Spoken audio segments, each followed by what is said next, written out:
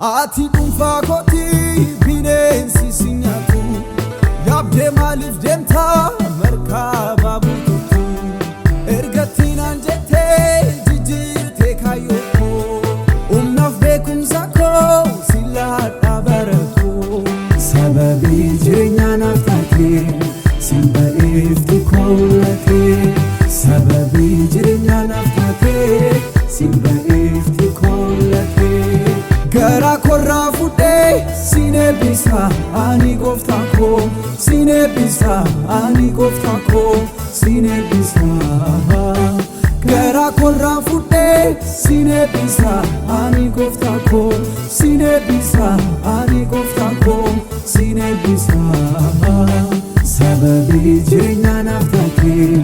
simba'eefti koolate Sababii jireenya naaf taate Simba ifti